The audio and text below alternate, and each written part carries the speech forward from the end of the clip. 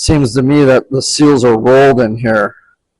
So that's what I'm going to say cause, why it's leaking for sure. The seals aren't in there right. But was it that way from original?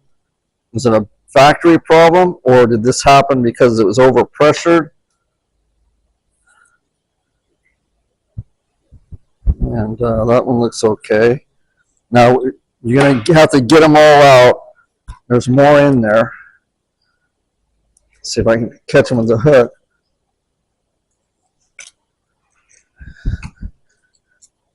Okay. There's another one. Now what this is, you got a fabric type seal, and then you have like a urethane seal all stacked.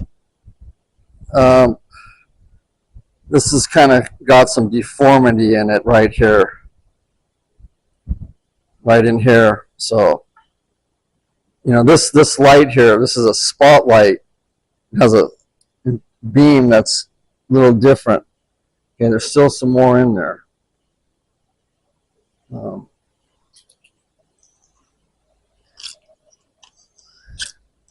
Sometimes this little hook will get it.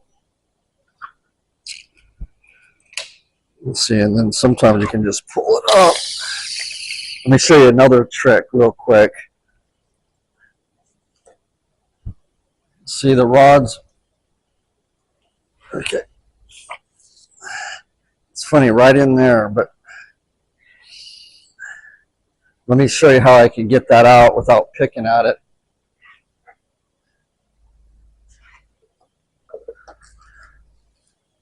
What you do is you take some black electrical tape. Okay. Just kind of do a little thing like this, a little black electrical tape. Couple wraps. And you're going to push this in and hit that seal. Boom. And then pull it back out. Okay, it helped it a little bit. Okay, and this is the last one. This is the base. It's hardened. Okay, so sometimes you can get them out like that. So take that off. You can see here's a little wave spring in there. That keeps a little pressure against the seals. And then you have another rod bearing in there. So this thing's pretty decent. I can see a little chafing up in here. Don't know why. We could polish that a little bit. Why that's like that. It could be the way the truck's bouncing. So we're not going to do anything here. So what I think happened is that I'm going to come back later and I'll do the 2 other stages. But we're going to talk about this a little bit. I think that this couple of these seals got rolled. And that one has a big chunk out of it. There it is right there.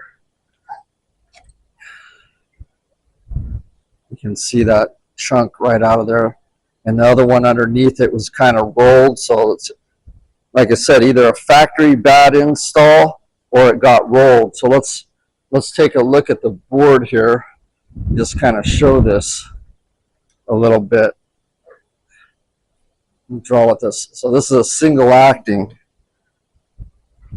stage cylinder. So basically you have the cylinder. It's 3 stages. Okay. You have 1 port down here. All your sealing is done in the heads. Okay. With those V-packs. They're called Chevron V-packs. Which, the Chevron signal, but what it is you got a stack. They sit on each other like this. See? Fabric, urethane, and then you got a base. A hard base and a hard base top. Okay, and then the way these work, it's a controlled leakage. The more when you tighten this down and compress this, it makes those V's flare out, goes against the wall. And they do leak. They're supposed to have a controlled leakage on them. Okay, and you can't over tighten them to where it'll start scoring the rods.